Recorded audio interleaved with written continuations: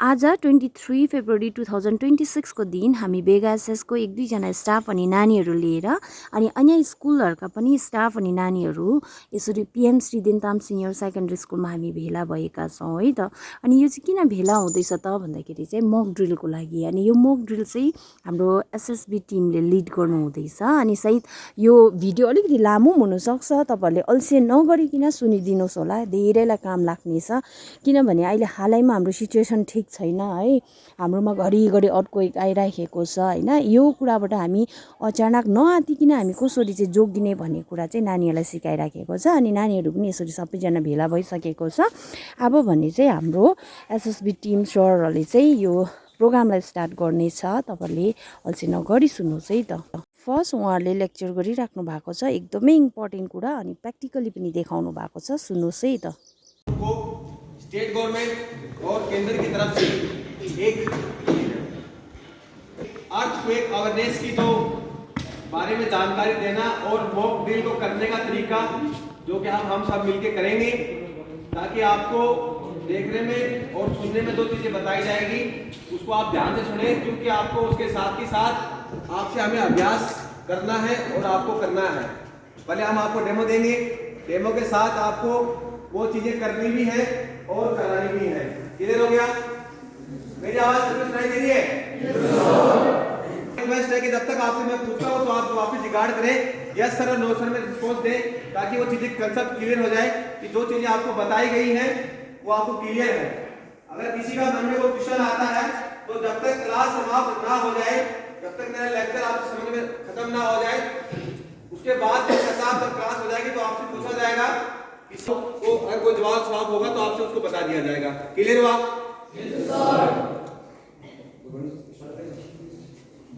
सबसे पहले मैं आपको बताना चाहूंगा, अर्थक्वेक के बारे में हम लोग अभी जागरूक करने के लिए आए हैं। और अर्थक्वेक लगातार जिस इलाके में हम, जिस जोन में हम रह रहे हैं, खास करके सिक्किम स्टेट के अंदर, गंगटोक वाला माने या इसी जोन में माने, तो अर्थक्वेक का बहुत ज्यादा प्रभाव देखा जा रहा है। इसीलिए गवर्नमेंट ने इसको आप लोगों को घरों में यहाँ ताकि चलाया जाए, जहाँ सबसे ज्यादा लोग मिलते हैं एक साथ, उनको बताया जाए, ताकि उससे बेनिफिट होके जो ह्यूमन बीइंग का जो नुकसान होना था उससे बचा जा सके।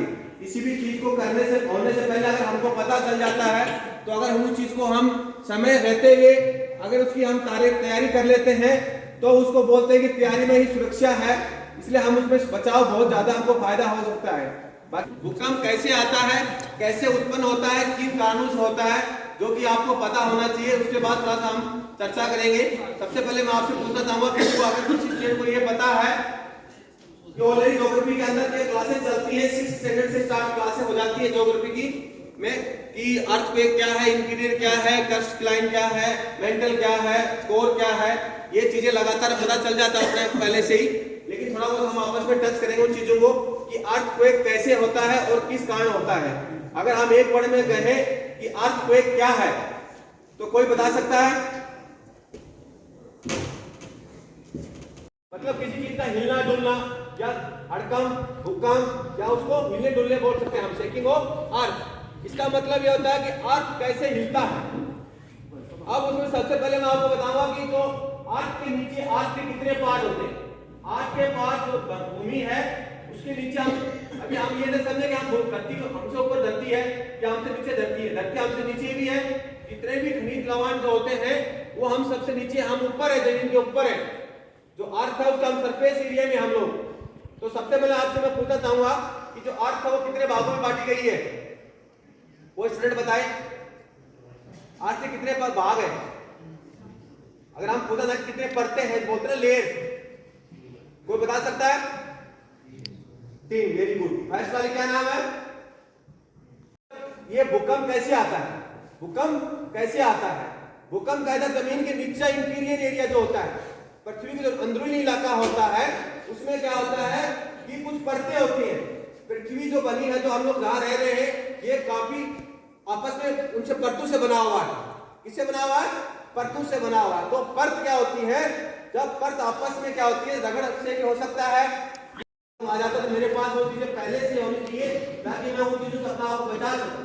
तो सबसे पहले अगर इसमें बोला जाता है कि भूकंप से आने से पहले आपके पास क्या क्या चीजें होनी चाहिए, सबसे पहले हम अगर आप बताना चाहूंगा मैं आपको, एक आपदा प्रबंधक किट होती है। क्या होती है? आपदा प्रबंधक किट होती है, जो आपके पास होनी चाहिए।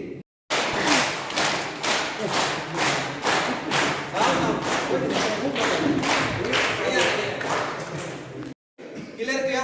उसके साथ ही साथ जो दोनों एल्बो होती है उनको आपस में टच करें, यहाँ पे गैप ना करें। क्लियर हो गया? यहां से सीधा फोर हेड की तरफ आप लाए। ये क्या कवर करने का तरीका है? किसका है? क्या है तरीका? कवर किसको? हेड को। बोल सकते बोथ हेड राइट्स अंदर की तरफ, कुछ लोगों ने बाहर की तरफ, अंदर की तरफ है बेटा। ये इस लाइन में 5 छठा नंबर दिया है। बी सीरियस साथियों, बी सीरियस। थोड़ा सिर झुकना है, झुकने से कब जुड़ेगा थोड़ा। क्लियर हो गया?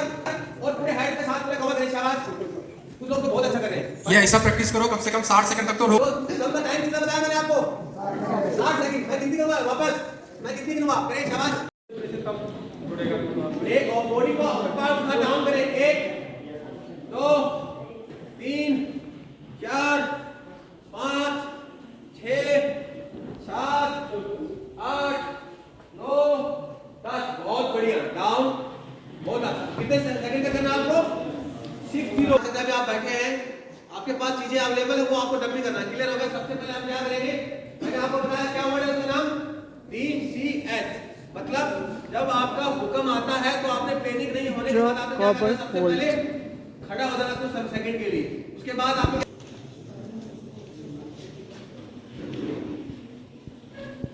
अभी आपने देखना है कि जो आपको ये तो 3 चीजें दिखाई दे रही है आपको, ड्रॉप, कवर एंड होल्ड। मानो कि भूकंप आता तो चीजें हिल रही है ना, तो मानो सबसे पहले ये खड़े हैं, जैसे भूकंप आया तो इन्होंने क्या से कार्रवाई किया? भूकंप आया, वाइब्रेट हुआ, इन्हें कुछ सेकंड होल्ड कर लिया, होल्ड के साथ इन्होंने पूरी कार्रवाई की। ड्रॉप, बैठ गए और फिर कवर कर लिया, और अभी इसके नीचे चले जाएंगे, टेबल के नीचे चले जाएंगे। मान लो टेबल के नीचे चले गए और इन्होंने क्या कर लिया? दोनों पोल को क्या किया? होल्ड कर दिया। क्या किया? होल्ड किया। समझ आया यहां तक? ये चीजें क्लियर हुई आपको? होल्ड हो गया। आपने क्या करना? उसको होल्ड करना है। क्लियर हो गया? क्या समझ आ गई? हम सभी तैयार हैं? खड़े हो जाए। तैयार है सभी? तैयार है?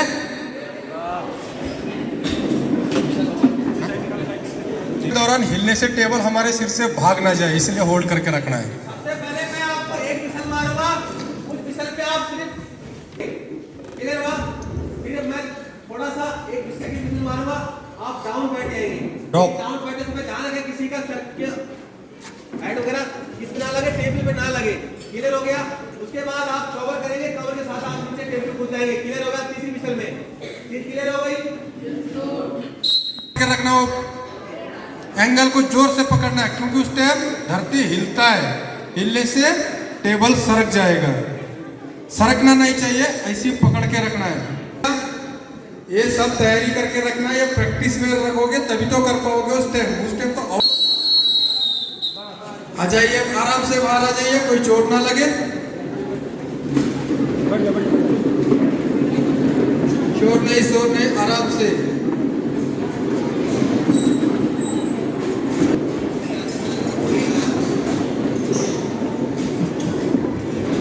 उस टाइप में अपने कवर करके होल्ड करके रखना है। कर पाओगे ना? शाबाश। अरे तो हमारे पास स्कूल के दौरान यही चीज हमारे पास बिल्कुल है। बैग को सर पे रखना है, बैग के सर को नीचे घुसाना है, टेबल के नीचे घुसाना है, और टेबल को दोनों हाथ से पकड़ना है। बहुत से बच्चे थे जिन्होंने एक हाथ से पकड़ा था, कई लोगों ने पकड़ा ही नहीं। लेकिन अगर आपके प्रैक्टिकल में प्रैक्टिस की चीजें रहेंगी तो बन जाती है, आपके दिमाग में रह जाएगी। अब इसके बाद मैं आपको कुछ पिक्चर दिखाऊंगा।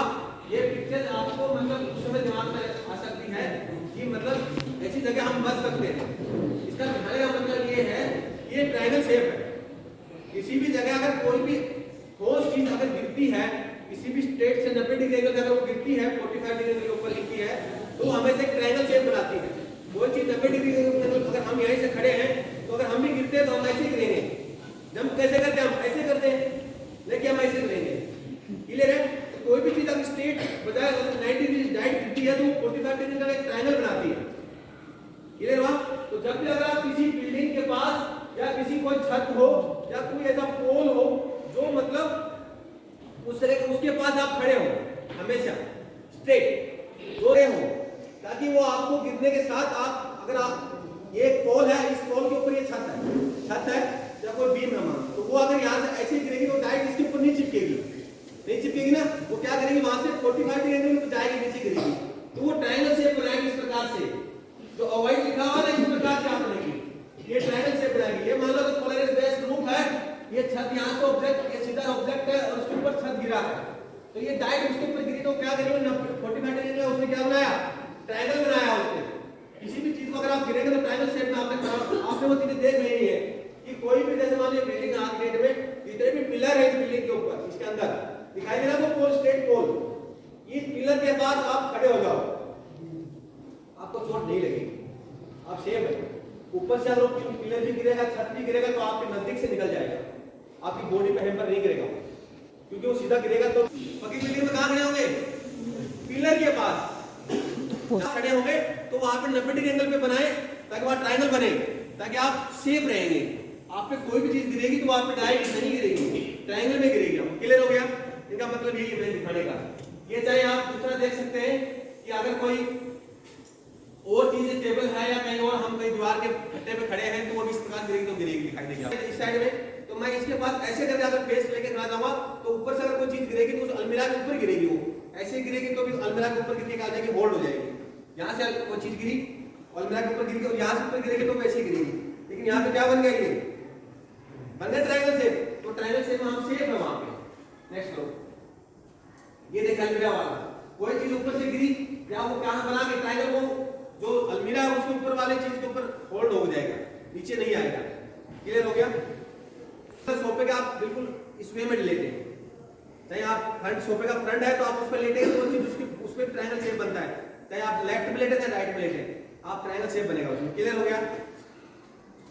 ये बॉक्स है, ट्रायंगल शेप का मतलब यही कि आप उसी चीज पर शेप रहे हो जाएगी। नेक्स्ट, ये क्या है, देखिए बिल्डिंग टूटी, बिल्डिंग के ऊपर पिलर गिरा, मतलब पिलर पूरा खड़ा था, ये पिलर पूरा था। अगर ये पिलर बीच से भी टूटता है, पिलर और किसी चीज को फंसने के बाद, ये चीजें आपको मतलब इसलिए बताई गई है कि हो सकता है कुछ चीज के हम शिकार हो सकते हैं, क्योंकि गवर्नमेंट ने हमारी इस इलाके को डेंजर जोन कर सकता है।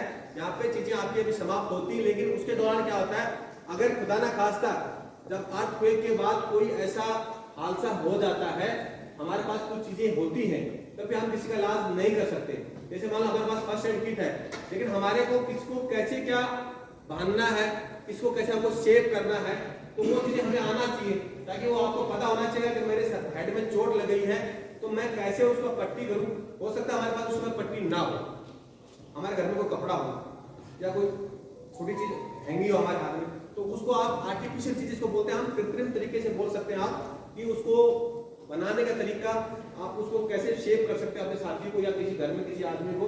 तो वो पट्टियां, और किसी का अगर बॉडी का कोई एल्बो टूट गया या शोल्डर खिसक गया, तो आपको किस प्रकार से उसको बैंडेज लगानी है, किस प्रकार से हम उसको आर्टिफिशियल तरीके से भी बना सकते हैं। उसके बाद हो सकता है कि कोई आदमी गिर गया हो, उसकी वो चल नहीं पा रहा हो, तो हम उसको एक स्ट्रक्चर होता है, तो हर घर में स्ट्रक्चर नहीं होता, लेकिन हर घर में स्ट्रक्चर होता भी है, हमें पता होना चाहिए कि हम इसका भी बना सकते हैं। तो वो चीजें भी आपको हम घर में होते हुए सब चीजें होती हैं, लेकिन हमको पता नहीं होता कि हम इसका कभी इमरजेंसी में इसका इस्तेमाल कर सकते हैं। तो 2-3 चीजें जो मैंने आपको बताई, पट्टी करने का तरीका और उसके बाद स्ट्रक्चर बनाने का तरीका कैसे हमें करना है, तो वो चीजें आपको अभी दिखाई जाएगी, हमारी टीम के द्वारा आपसे करवाई जा सकती है, तो आप उसके बाद करके देखेंगे पहले कैसे कर। क्लियर हो गया? पेशेंट हो सकता है, वो घर में कोई भी मेंबर हो सकता है, कोई भी आदमी हो सकता है, मान लो ये कोई भी आदमी हो सकता है कि अर्थक्वेक के दौरान ये आप उसकी चोट लग गई और ये हमको हमारा जो पीएचसी है, सीएचसी जो हमारी है वो दूर है, तो इसका ब्लड बह रहा है, इसके हेड में बहुत तेज चोट लगी है, इसकी यहाँ की जो एल्बो है ये चीज टूट गई, तो उसको कैसे हम घर तक पहुंचाना पड़ेगा। तो हम इसको अपने घर पे वैसे संसाधन है, तो हमको पता होना चाहिए कि हम उसको इस प्रकार से बांध सकते हैं और हम अपने घर तक वहां उसको नीचे पीएचसी हॉस्पिटल तक पहुंचा सकते हैं। तो अभी सबसे पहले इनको बताया जाएगा हम आपको क्या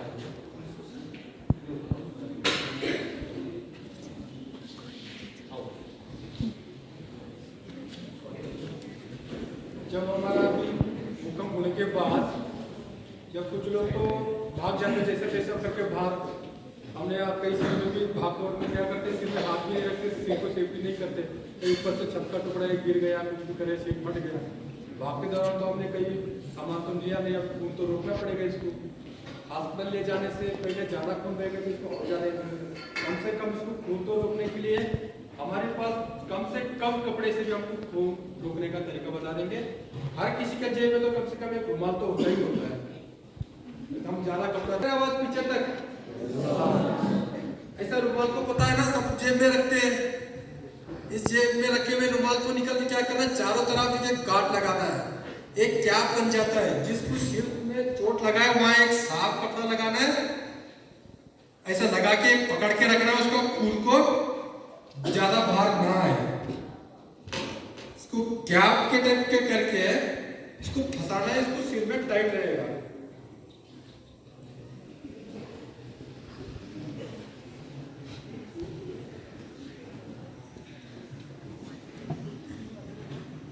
अब ये क्या हो गया, हमारा कोई भी अपना संबंधी हो, अपना पड़ोसी हो, उसका सिर फट गया मान लो, उसका खून को रोकने का आसान तरीके से हमको खून को रोक सकते हैं, उसको हॉस्पिटल तक कैरी कर सकते हैं सिर का।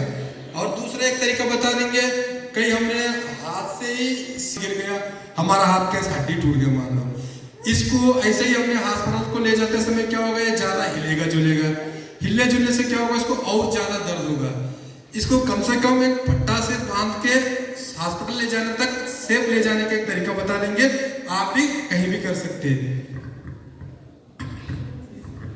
इसके लिए कोई भी एक फट्टा हो या बम्बू का टुकड़ा हो, एक कोई साफ गत्ता हो, उसको गत्ते को भी 3 फोल्ड करके जिस हाथ में जहां टूटा है उसको नीचे लगाना है, लगा के कोई भी अपने जेब में रुमाल हो या कोई कपड़ा हो या कोई नरम वाला पॉलिथीन होता है, उससे भी आराम से बांधना है।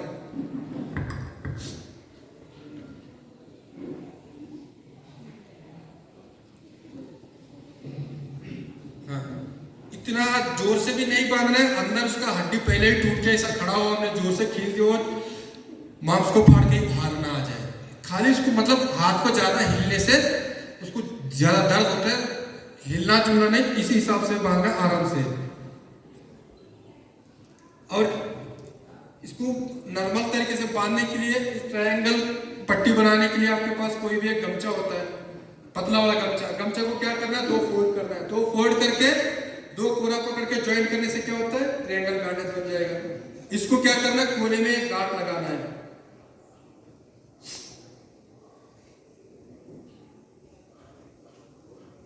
जो गांठ लगाया हुआ चाहिए ये नीचे कोने में फंसाना है, एक हिस्सा ऊपर से एक हिस्सा नीचे से।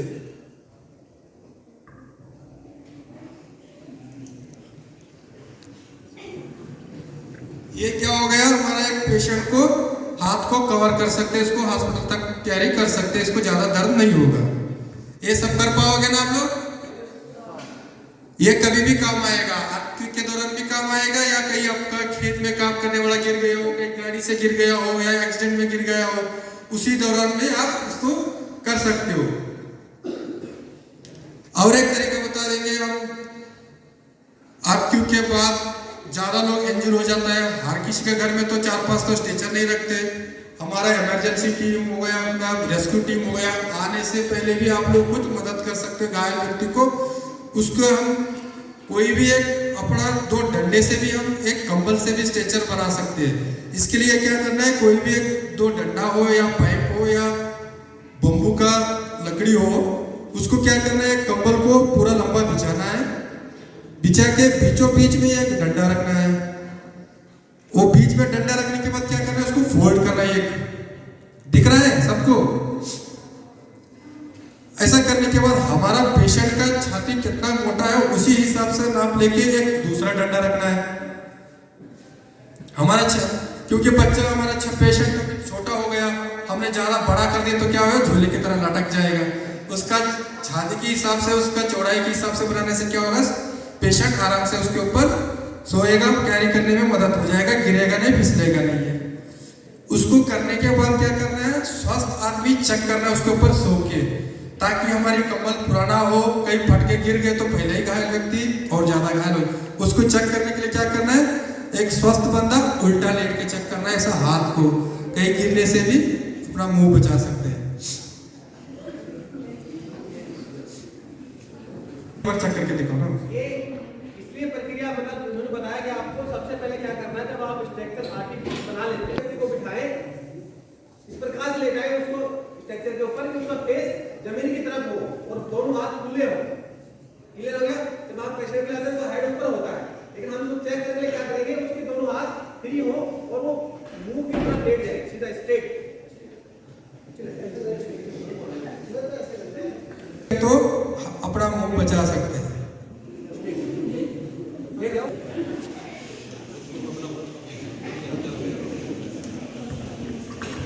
ये देखिए आपने ये देखना है कि ये तो दोनों इसके हाथ है, ये ऐसे फ्री रहने चाहिए आपके पेशेंट चेक करने के लिए।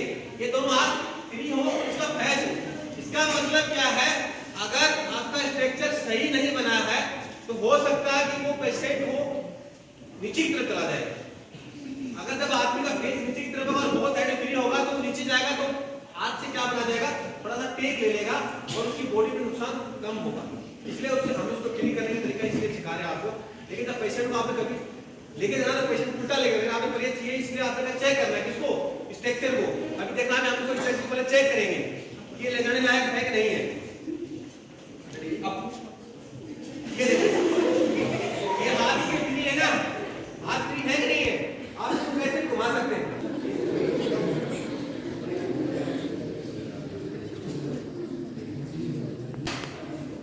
ये मतलब क्या हुआ कि आपने स्ट्रक्चर को चेक कर लिया कि स्ट्रक्चर ठीक इस पे लेके आए, पेशेंट को लेके आए। आप ये मान लेते हैं कि पेशेंट है तो पेशेंट को आपने एक तरीके से लेके आना है।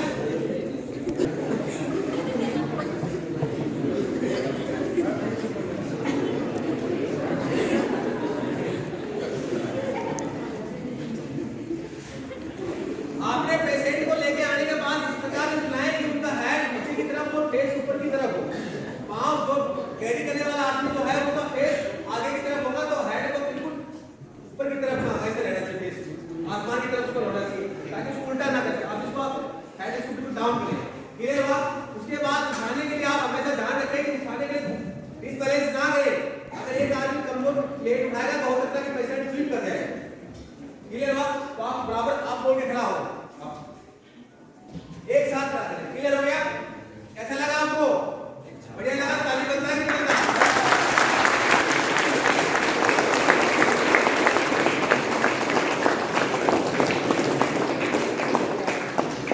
इसके बाद कितनी दूरी तक कैरी कर सकते हैं? पेशेंट आप कितनी दूरी तक कैरी कर सकते हैं? कौन से आप हाथ से नीचे की तरफ लेके आए, कैसे भी लेके आए? और इसमें क्या लगा आपने बनाने के लिए? घर में सभी के बेडशीट होती है या कोई कंबल होता है हमारे, और ये जरूरी है पोल हो, सबके घर में बम्बू और लकड़ी होगा, दो लकड़ी के रखा और लेके आना पेशेंट को। लेकिन अगर हमारे पास ये चीज भी ना हो, क्या ना हो, दरी भी ना हो, तो एक ऐसा तरीका हो होता तो हम घर में सभी के होती क्या, बोरा चावल वाला, चावल का बोरा होता है सभी के, तो उससे भी हम बना सकते हैं स्ट्रक्चर। देखिए लोग बनाएगा, बताएगा। बोरे को इस प्रकार से ले लेना है। बोरे का एक फेस तो सभी हम लोग खोलते हैं, ये तो ओपन हो गया। उसके बाद आपने कहा जिस साइड से बोरा सिला हुआ है उस बोरे को आपने क्या करना है कि नॉर्मल तरीके से जो लकड़ी की मोटाई होती है उसमें आपने दो प्रकार के होल कर लेना है। इस प्रकार के दो होल हो गए, तो इसमें अगर हम बम्बू को इस साइड से डालेंगे तो बम्बू इस पार हो जाएगा और इस साइड वाला इस पार हो जाएगा। देखिए अभी, और कम से कम 2 बोरे होने चाहिए क्योंकि पेशेंट एडल्ट होगा। अगर बेबी होगा तो उसको कोई बड़ी बात नहीं है, और बिल्कुल छोटा बच्चा होगा तो हम उसको बहुत देर कैरी कर लेंगे। अगर पेशेंट थोड़ा एडल्ट है तो आप 2 बोरे का इस्तेमाल करें। क्लियर हुआ? देखिए इस प्रकार से आपने क्या करना है, आपने इस प्रकार से दोनों को पकड़ना है और इस प्रकार से इसमें डाल देना है। ये देखिए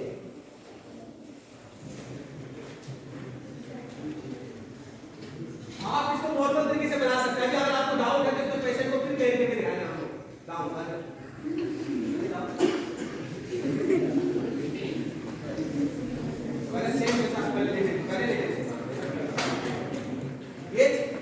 ये कौन सी क्रिया है? चेक करने का तरीका। क्लियर हो गया? ये देखिए हो गया, नहीं हो गया? फ्री है ना?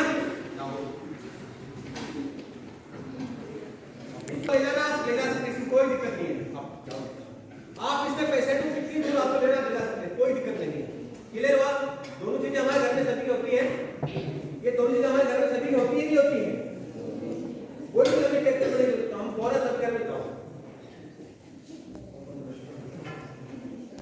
अब चाहिँ प्र्याक्टिकली उनीहरूलाई नै सिकाइराख्नु भएको छ अब उसरी गर्छ भन्ने कुरा। क्या करेंगे सबसे पहले?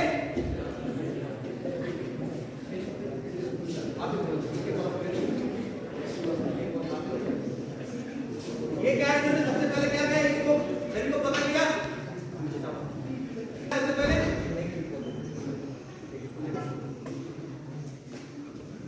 आपने क्या करना है? सबसे पहले इसको इस प्रकार सबसे बीच में रखना है, सेंटर में, इसके सेंटर में सेंटर हो गया। आप सेंटर का इसको पलटी मारना तो आप एक लेगा, दो डबल लेगा, क्या डबल बनाना है, इसको यहां से यहां लेके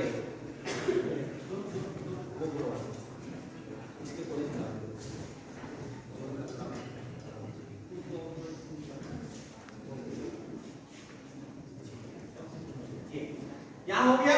यहां होने के बाद आपने पेशेंट, मान लो ये पेशेंट है, इस पेशेंट का आप नाप लें, तो आपने क्या करना है? उसके शोल्डर टू शोल्डर का माप लेना है। किसका?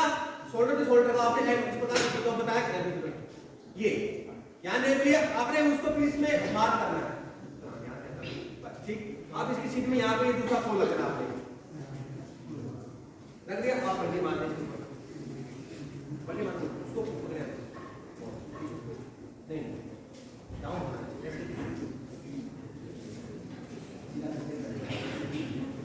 यहां मान लिया। अब इसमें आपको एक सबस्त तार को लेटाना पड़ेगा। ये मान लो सबस्त है, सीधा ले नहीं ऐसे बात ठीक है।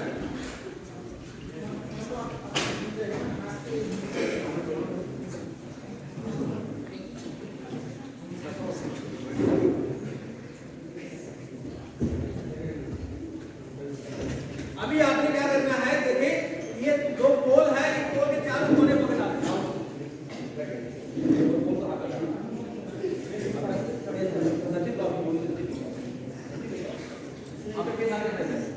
ठीक है। अब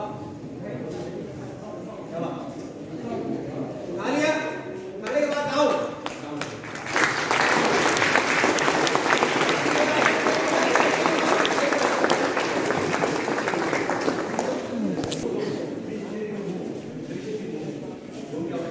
ये देखिए आप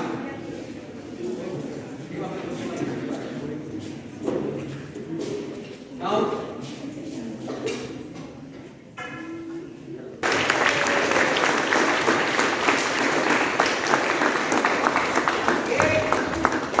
या कई बार ऐसा होता है कि इंसान पानी में डूब गया तो पानी उसके पेट में भर जाता है, सांस नहीं आता तो उसको पानी को निकालने का तरीका जैसे हम लोग बोल सकते हैं।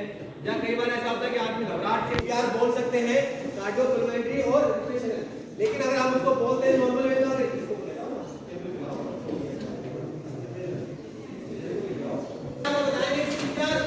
तो है हृदय फेफड़े और पुनर्जीवन करने की प्रक्रिया को हम मान सकते हैं। एक लाइन में कहना चाहें तो हम बोलते हैं सीपीआर को क्या कहना चाहेंगे?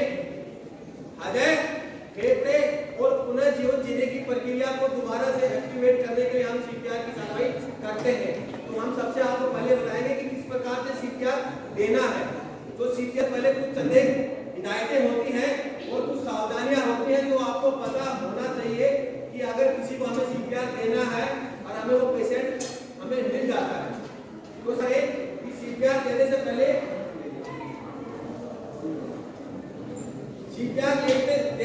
आप पेशेंट को देख लें कि पेशेंट जहां पे है वो जगह कैसी है। ऐसी जगह ना हो कि आप जहां पेशेंट गिरा हुआ बेचारा उसके नीचे बहुत पत्थर हो और आप उसको सीपीआर दें तो उसकी शेप के बजाय जगह ज्यादा हो जाए। तो आपने हमेशा एक पेशेंट को सबसे पहले ऐसी जगह पे लेके आना है कि वो जगह सेफ मतलब समतल हो और ठोस हो, समतल हो और ठोस हो। उसके लाने के पश्चात आपने पेशेंट को क्या करना है? चेक करना है। जैसे देखिए अभी सबसे पहले क्या करेंगे? चेक करेंगे, मतलब उसकी सांसें चल रही है कि नहीं चल रही है। क्या आप ठीक है? क्या आप ठीक है? क्या मतलब हिल रहा है कि हाथ हिल रहा है, श्वास नहीं कर रहा है तो क्या देना है? अगर श्वास कर रहा है तो वो चीज का क्या नहीं देना है। कई तरीके से करने जाए। अभी इन्होंने क्या किया? सबसे पहले पेशेंट को क्या किया?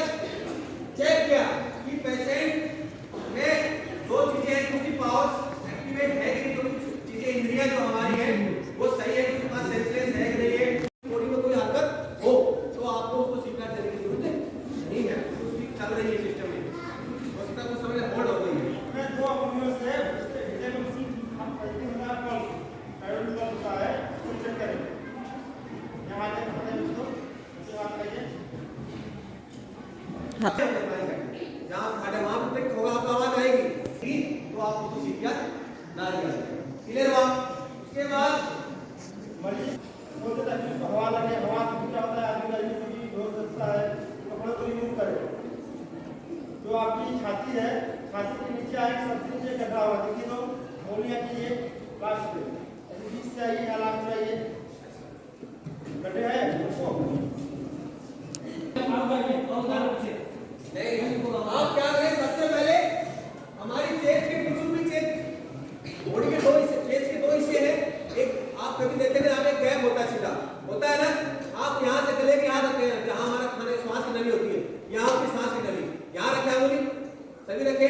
यहाँ से बिल्कुल सिर पर 90 डिग्री एंगल पर नीचे लेके आएंगे, जहाँ पे आपकी रिब्स खत्म हो जाएगी, चेस्ट का हिस्सा खत्म हो जाएगा, वहां आप देखिए आप नीचे गैप होगा, है गैप, उस गैप पे उंगली वहां रखें। आप रखने के बाद पश्चाताप आप ठीक 2 अंगुल उसके ऊपर रखें, यहाँ रखने के बाद आप चेक कर लिया। चेक करने के बाद आप ध्यान रखें कि आपका मास्टर हैंड, सभी का मास्टर हैंड कौन सा है, आपका राइट हाथ हो, तो आप उसको सबसे आगे करें, इस प्रकार से करें।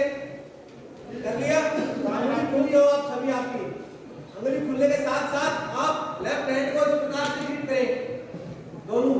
आप ध्यान रहे जहां आपका बाएं साइड जो हाथ है उसके ऊपर ये लगाएं, हथेली का ये हिस्सा लगाएं, तो हार्ड होता है हमारा। क्लियर हुआ? देखिए इस प्रकार से हम लगाए नहीं, देखिए आप, मैंने आपको क्या बताया, आप इस हिस्से पे लेके आए बॉडी के, यहाँ लेके आके चेक कर लिया। चेक करने के बाद आपने क्या करना, आपने यहाँ लेके आए, ये लाने के बाद आपने इस हिस्से को क्या रखना, उस बाएं साइड में रखना, कहाँ हमने मार्क किया था, 2 अंगुल क्या क्या उसने हमने मार्क किया, उस जगह आपने इस प्रकार से रख दिया। रखने के बाद इस पोजीशन में मानो या इस स्थिति में आपको ध्यान रखने वाली बातें, आपके जो शोल्डर है वो टाइट रहे, बॉडी वेट उसके ऊपर रहे, दोनों हाथों में किसी प्रकार की कोई ना क्लियर होना चाहिए, मुड़ना नहीं चाहिए, क्लियर होना चाहिए, स्ट्रेट मोनी पैर को टर्न नहीं होनी चाहिए। जब आप उसको प्रेस करेंगे तो आपको सीधा प्रेस करना है, कि आपके ऐसे टर्न नहीं होनी चाहिए, सीधा रहेगा, स्ट्रेट रहेगा, आप सीधा स्ट्रेट से दें, ताकि आपको अपर बॉडी उससे आपको उसको क्या करना, प्रेस करें।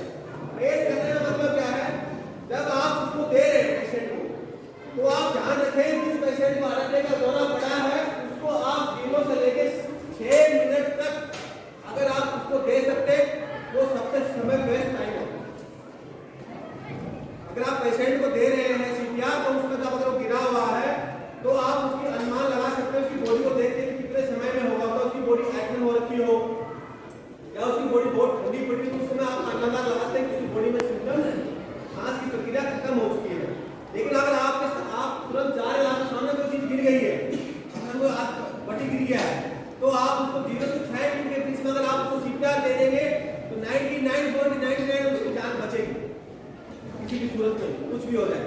आप सबसे बेस्ट टाइम कितना है, 0 से लेके 6 मिनट तक का समय सीपीआर देने का सबसे बेस्ट समय। अगर आप किसी की बॉडी में अगर हार्ट अटैक पड़ता है तो आप इसको फिर क्या करें, आपने इसमें देने का प्रक्रिया के साथ साथ इसको ध्यान रखने वाली चीजें, जब आप किसी को दे रहे हैं तो सबसे पहले अपने आप को क्या करें, सेफ, जो जितने भी आपको सेफ्टी की जो चीजें हैं आपको पहने, मास्क जो भी आपके पास कोशिश करें आप पहने।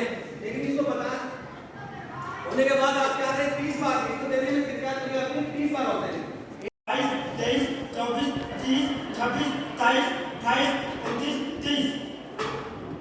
उसके बाद एक लंबी सांस में